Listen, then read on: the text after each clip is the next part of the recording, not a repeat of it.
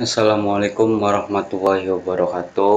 Pada kesempatan ini saya akan sharing pada Bapak Ibu kenapa pada PPG 2022 ini guru honor sekolah itu tidak terpanggil untuk mengikuti pretest PPG ya. Nah, Bapak Ibu perlu tahu ya, ini soalnya menjadi permasalahan yang paling utama karena memang Bapak Ibu sudah membaca surat edaran sebelumnya bahwa akan diadakan PPG 2022 ini untuk umum termasuk guru honor sekolah. Nah, namun pada kesempatan ini perlu pemahaman informasi kepada Bapak Ibu agar tidak menyalahkan operator atau administrasi, karena di sini statusnya itu guru honorer. Namun di sini saya akan sharing bagaimana sekiranya Bapak Ibu itu lebih memahami informasi dari surat edaran yang kemarin. Baik, langsung saja, ini sebagai ilustrasi, gambar ilustrasi pada PPG 2019. Ini hanya ilustrasi, namun tidak jauh berbeda untuk tampilan SIM PKB yang tahun sekarang dan tahun 2019. Nah, di sini Bapak Ibu tidak terpanggil untuk PPG 2022 karena di sini ada silang merah. Artinya di sini Bapak Ibu tercantum status kepegawaiannya guru honorer sekolah.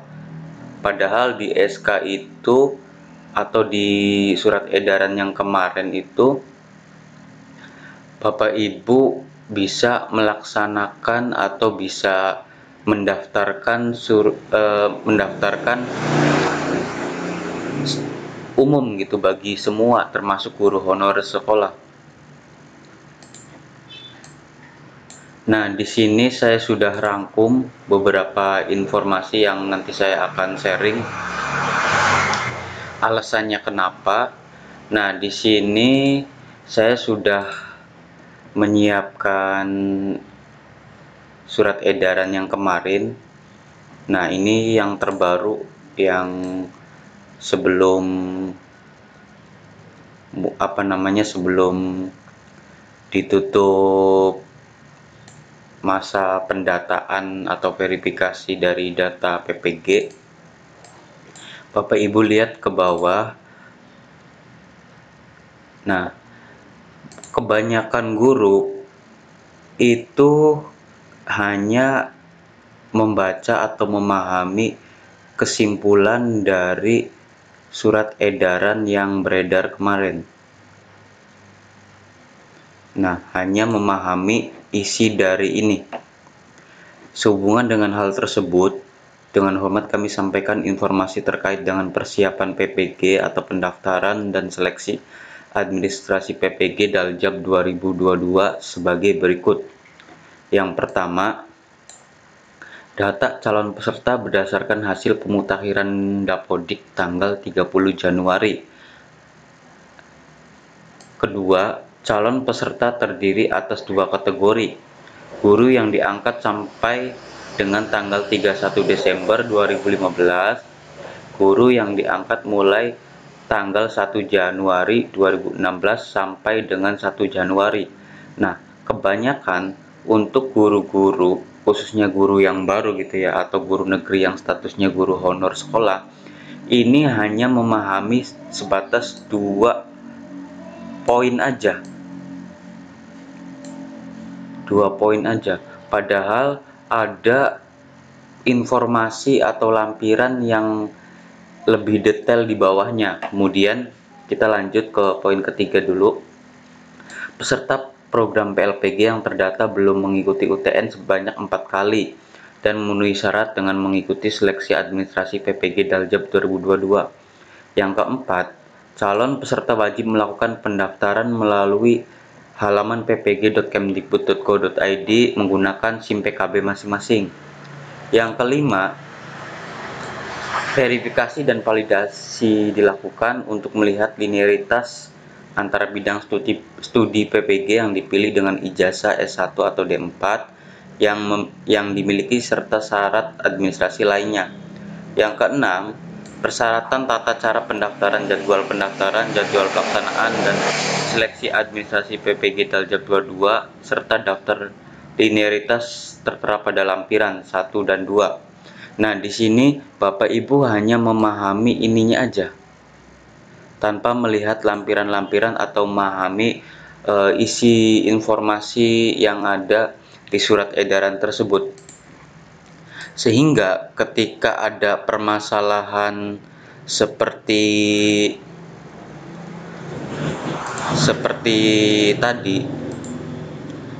ini, maka Bapak Ibu kebanyakan menyalahkan operator. Karena memang dalam isi surat tersebut itu ada 2 kategori calon peserta. Tidak dijelaskan peserta yang lebih detailnya itu seperti apa. Hanya melihat TMT yang terdaftar sebagai guru honorer. Misalnya TMT mulai 31 Desember ke bawah itu seperti apa, dan TMT yang di atas 1 Januari 2016 sampai 2019, artinya hanya pemahaman dasar kalau TMT berikut bisa mengikuti PPG. Padahal lebih detail lagi ada di lampiran bagian bawah. Jadi ini perlu diluruskan bahwa ini bukan kesalahan operator, melainkan atau bukan kesalahan administrasi, melainkan ini adalah sebuah aturan gitu ya, dan ini mungkin belum rezekinya Bapak Ibu gitu. Jadi kita lihat ke bawah, kita telusuri.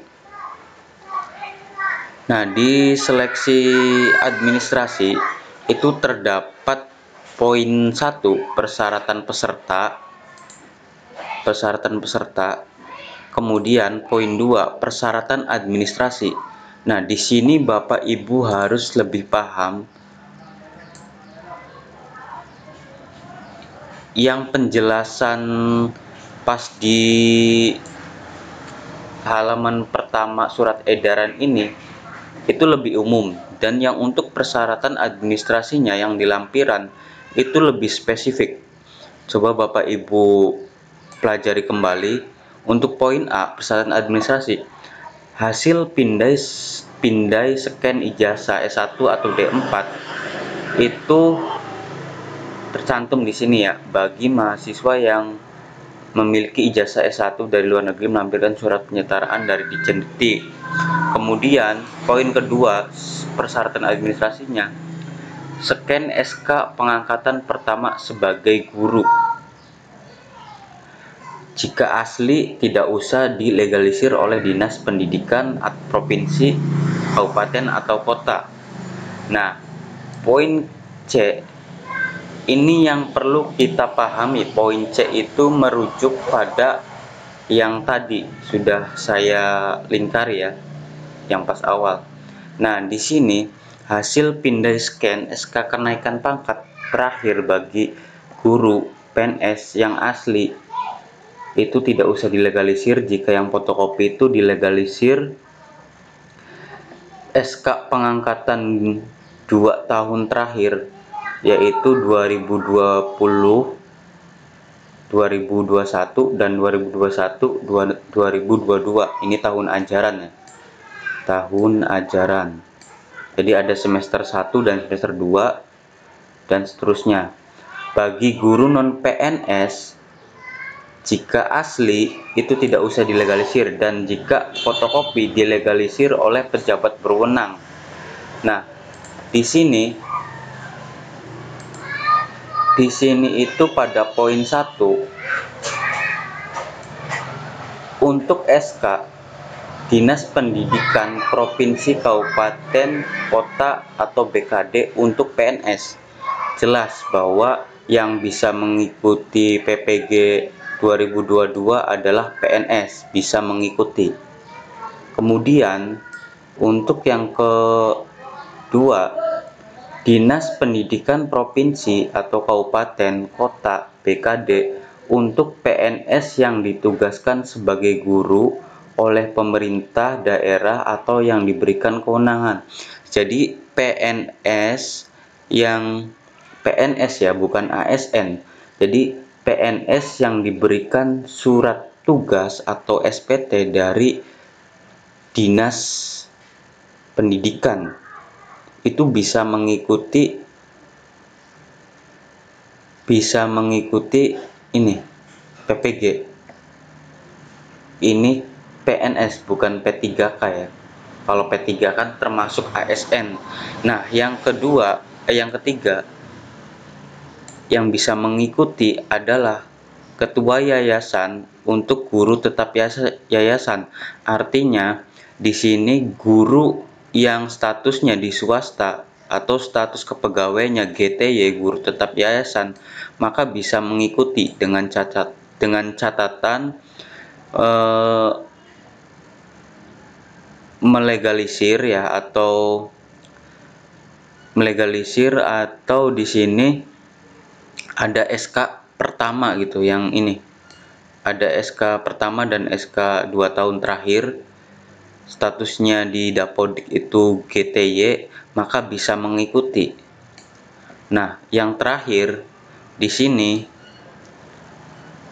Dinas Pendidikan Provinsi atau Kabupaten, Kota, BKD untuk guru bukan PNS di sekolah negeri.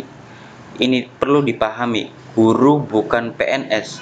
Guru bukan PNS ini dimaksudkan untuk P3K. Dimaksudkan untuk P3K ya, di sekolah negeri. Kemarin kan kebanyakan P3K itu ada di sekolah negeri dan memiliki SK dari pemerintah daerah. Pemerintah daerah itu BKD ya.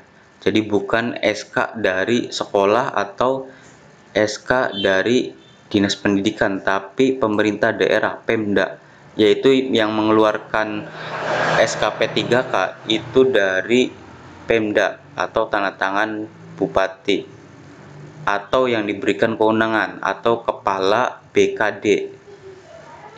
Jika bupatinya PLT, maka bisa menjadi atau bisa diatasnamakan kepala BKD yang bertanda tangan, yang berwenang.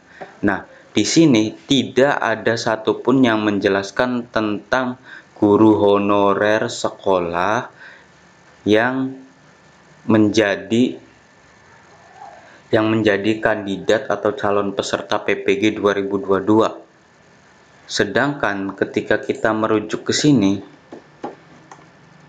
merujuk ke halaman awal, saya hapus dulu.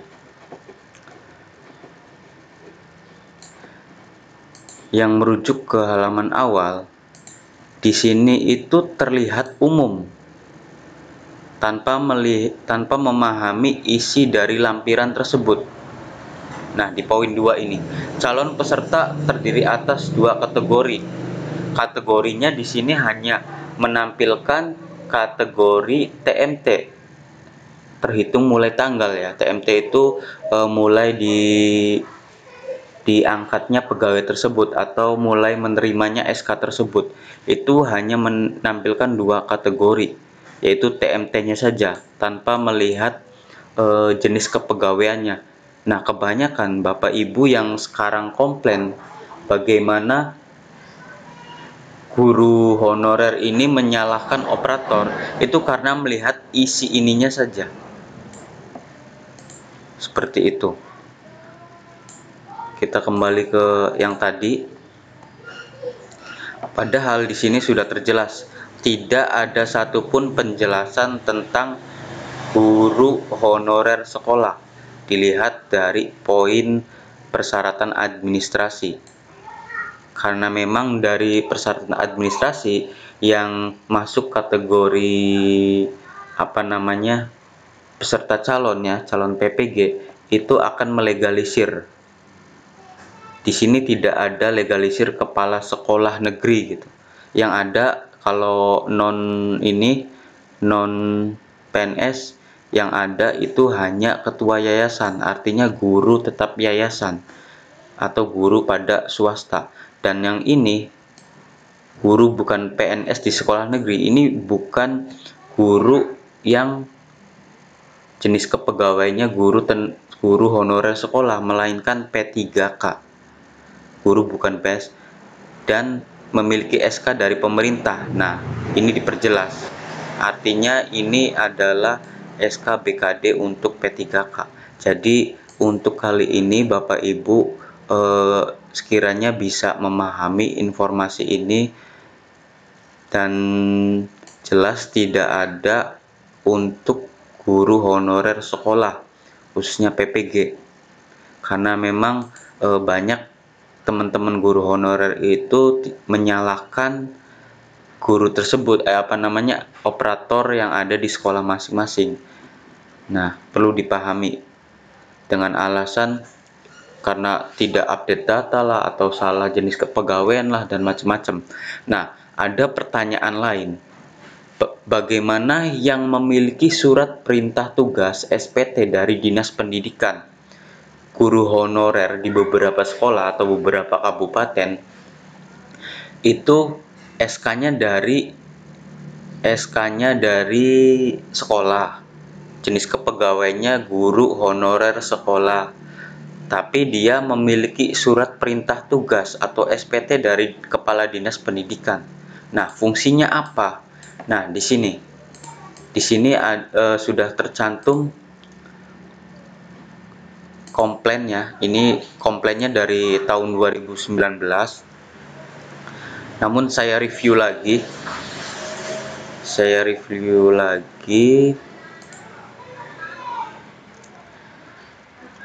Nah, di sini pendaftaran tahun 2019 ini berbeda dengan tahun sebelumnya.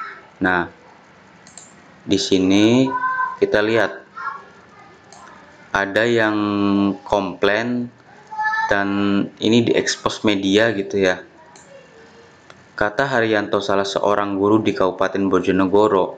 Haryanto sendiri salah satu guru yang tidak bisa ikut pendaftaran sebagai calon peserta pretest PPG tahun 2019 meskipun sudah mempunyai SK penugasan dari Kepala Dinas Pendidikan Kabupaten Bojonegoro mulai dari tahun 2018. Di Bojonegoro banyak yang tidak bisa daftar sebagai calon pretest PPG 2019.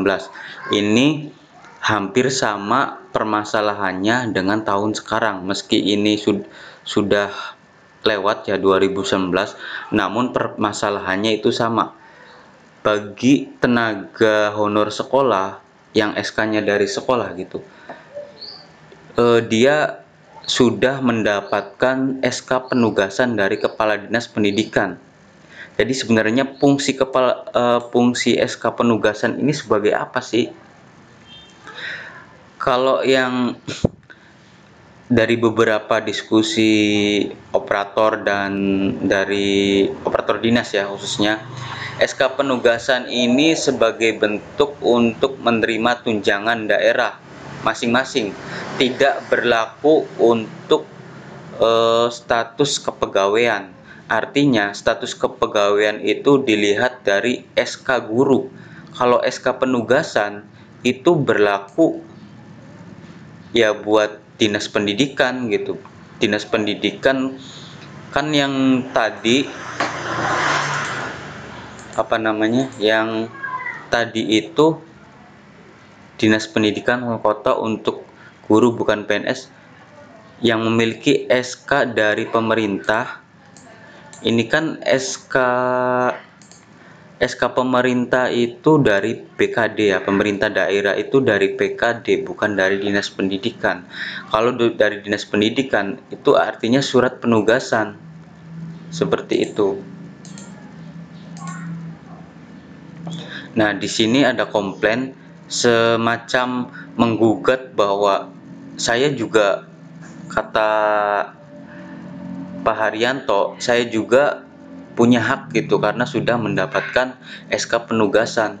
Namun bukan itu ya. Jadi lebih ke tunjangan daerah, untuk tunjangan daerah sebagai guru yang ditugaskan oleh Dinas Pendidikan, dan SK-nya itu masih dari sekolah. Nah, di operator dapodik dinasnya itu akan diinput sebagai guru honorer sekolah, belum menjadi ASN. Jadi seperti itu. Karena mungkin kurangnya informasi atau pemahaman yang tadi, kebanyakan karena silang merah, Bapak Ibu itu menyalahkan salah satu pihak gitu, termasuk operator. Nah, jadi perlu dipahami bahwa itu adalah persyaratan yang harus dipenuhi untuk bisa mengikuti PPG adalah Bapak Ibu harus menjadi P3K, PNS atau GTY seperti itu. Nah, jika Bapak Ibu, informasi tambahan nih, jika Bapak Ibu misalnya mengajar di sekolah negeri, kemudian mengajar juga di sekolah swasta. Nah, Bapak Ibu itu nanti punya kesempatan bisa ikut PPG karena di sekolah swasta Bapak Ibu didaftarkan sebagai GTY, guru tetap yayasan. Tapi induknya itu di sekolah negeri. Itu nggak apa-apa karena memang status kepegawaiannya ada sekolah guru honorer sekolah dan guru tetap yayasan, karena Bapak Ibu mengajar dua instansi. Jadi seperti itu bisa menjadi kandidat PPG, calon PPG. Nah, seperti itu. Semoga Bapak Ibu itu untuk yang kesempatan ini tidak menyalahkan salah satu pihak, bahwa Bapak Ibu tidak mengikuti PPG atas dasar kesalahan operator atau kesalahan administrasi. Namun ini nanti sebagai pembelajaran aja, ketika ada peluang berikutnya kita bisa mempersiapkan data-data tersebut, apa yang harus kita lakukan untuk bisa mengikuti PPG gitu. Seperti itu. Ya, mungkin itu saja yang dapat saya sampaikan. Semoga informasinya bermanfaat. Terima kasih untuk subscribe yang sudah mendukung channel ini terus berkembang. Ya, terima kasih. Kurang lebihnya mohon maaf. Assalamualaikum warahmatullahi wabarakatuh.